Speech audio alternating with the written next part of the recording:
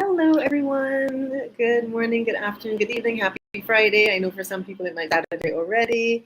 My name is Stacey Alvarez de la Campa. I am the Community Manager and the Academic Council Liaison for Island Innovation. And I'm here doing this live stream today to let you know that we have launched our newest and I think one of our most exciting programs here at Island Innovation. This is the Island Innovation Academic Council. So this live stream today is just to tell you a little bit about the Academic Council. I'll give you a little bit of background, just a bit of an introduction about the whole concept of academia and the role that academics can play in island communities, and then just chat a little bit about why we at Island Innovation believe this is so important. So we know that in academia or in academic circles, it's often ruled by lots of people who are doing research, people are making exciting discoveries, people are exploring different topics of interest to them. And when it comes to island communities, a lot of these topics would necessarily have to do with building resilience, would have to do with social inclusion and climate change, climate justice.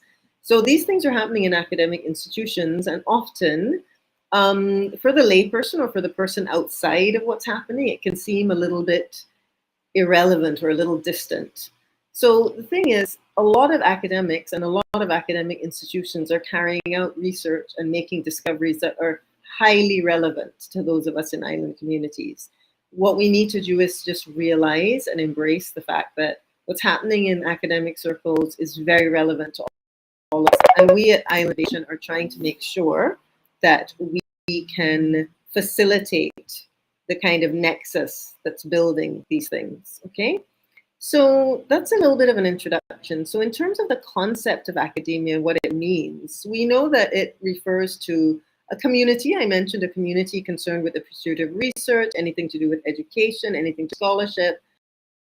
And generally, this kind of thing is seen as a bit removed from everyday life.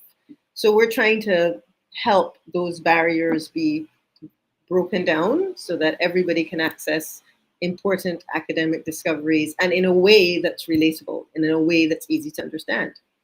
So moving from there, moving from the concept of academia, we can chat a little bit about what's the role of education, what's the role of academia in island communities. As I mentioned, education plays a really critical role in island communities. I mean, academic research and education, that's the tool that can be used to increase awareness about the causes and effects of climate change, again, of particular relevance to island communities all over the world. And then it's not just about the problem. Academia and education will focus on solutions. Again, very much something that's in keeping with what we believe at Island Innovation. We need to have a solutions-oriented approach to any challenges that connect us as island and island communities. So, and some of the challenges that we face as island communities, we know we face things like rising sea levels, ocean ecosystem degradation, things like ocean acidification, all of the issues that are happening as a result of biodiversity loss, and then the extreme weather events that we can be vulnerable to as an island community. Okay, so the same way that education plays a pivotal role, so does academia, because this is where all the research that's carried out that helps to raise awareness about these things, as I mentioned. And I think particularly what we have to mention, it's important for island communities to realize that we're empowered when it comes to this kind of research, particularly in terms of climate change adaptation. We need to see ourselves as not necessarily victims. I know that things happen, particularly to do with climate change in island communities, that leave us vulnerable, but when we seek to change that narrative to something more empowered, we'll see that any academic research carried out in islands, it's a really valuable contribution to a broader global picture to do with climate change. So any academic research carried out in an island setting actually has worldwide value. And that's something I think we should be proud of. So looking now at how academia can kind of catalyze sustainable development, how can academia drive sustainable development forward? Because in terms of the Sustainable Development Goals, the United Nations Sustainable Development Goals, goal number 4 is particularly focused on education. And goal number 4 aims to ensure inclusive and equitable quality education and promote lifelong learning opportunities for all. And this goal is something that's focused on all of those things, all of those fundamental topics that are important to all of us and relevant to all of us. Things like global citizenship, how to appreciate cultural diversity, again, linked to climate and climate justice and climate action. And when it comes to education and climate action, this is, again, something that the academic council that we're going to form and something that academia can play a key part of. It's been proven. I mean, we can see that the more you know about a topic, the more you know about what's happening, the more you can formulate a solution. And academia and academic research is a way to hone that knowledge, deepen that knowledge about solutions that affect us. And when you know about something, you're more motivated to act. So again, at Island Innovation, we try to create change makers and leaders that are going to act and look at positive solutions. And this is something that we believe that academia can play a huge part in. So this brings me to the Island Innovation Academic Council that we are launching today. And we are so happy to have the presence of many amazing institutions with us. The Island Innovation Academic Council, all of the things I outlined, these are some core topics and core concerns that we have at Island Innovation in terms of what we're focusing on, what we want to work with, and how we want to keep on providing really high quality, credible, and reliable information about all of these topics. As you know, looking at events like the Virtual Island Summit and the Island Finance Forum, we cover topics like sustainability, island connectivity, climate change, the blue economy, the orange economy, renewable energy, agriculture and food security. The list goes on and on. And we pride ourselves on making sure that all of this information, all of these topics are, we fact check, we do our research. And that's one of the ways that we have come to understand just how valuable academic research really is.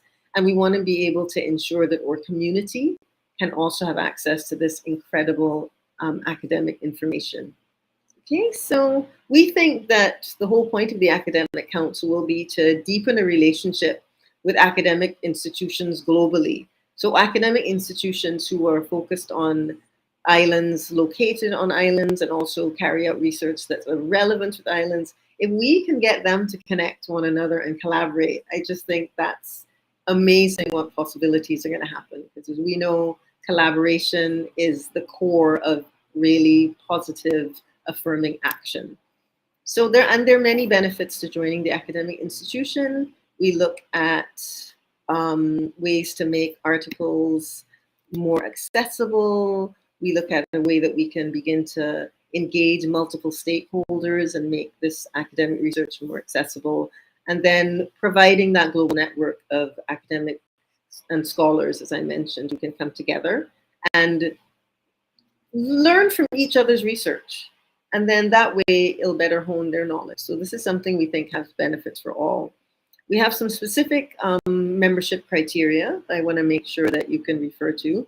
We actually also have an article that is out in our blog posts, which we'll put the link for that later. We have a blog post out about our founding members. But some of the academic criteria include that membership is open to academic institutions as opposed to individuals. And we are going to be reviewing membership annually. There is no cost involved in being a member of the Academic Council because we want this to be accessible. But we will have ways that, for example, you can attend meetings. They're going to be curated ways that academics can get together and learn from each other's research. So we'll provide some of those opportunities. So coming up to the end of the live stream, but I want to do the thing I've been looking forward to for months. I want to make an official announcement of our founding members of our Academic Council. These incredible institutions really showed the drive and the commitment to liaise with us, collaborate with us, and we are very, very happy to welcome all of them. So I'm going to read this list of incredible institutions who are now the founding members of the Island Innovation Academic Council. So we have the Center for Island Sustainability, the University of Guam. We have the Institute for Islands and Small States, the University of Malta. We also have the University of the Highlands and Islands with us, the René Lemoire Institute of Berlin, The University of Tasmania is also a member of the Academic Council. We also have Wadden Academy of the Netherlands, the Humboldt Cosmos Multiversity, which is located in Tenerife. We have two representative institutions from the University of the West Indies. We have the Center for Biosecurity Studies, and we also have the Shridath Ramphal Center.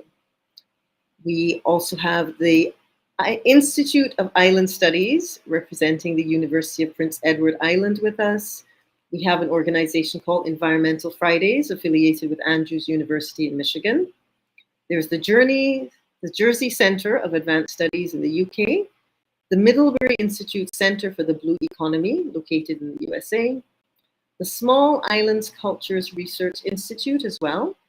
We also have the University of Tierra del Fuego, the UCL Islands and Coastal Research Lab. We also have the University of the Azores, and last but definitely not least, the South Atlantic Environmental Research Institute. And these, as I mentioned, you can hear are institutions from across the globe, ranging in places far away from Tenerife.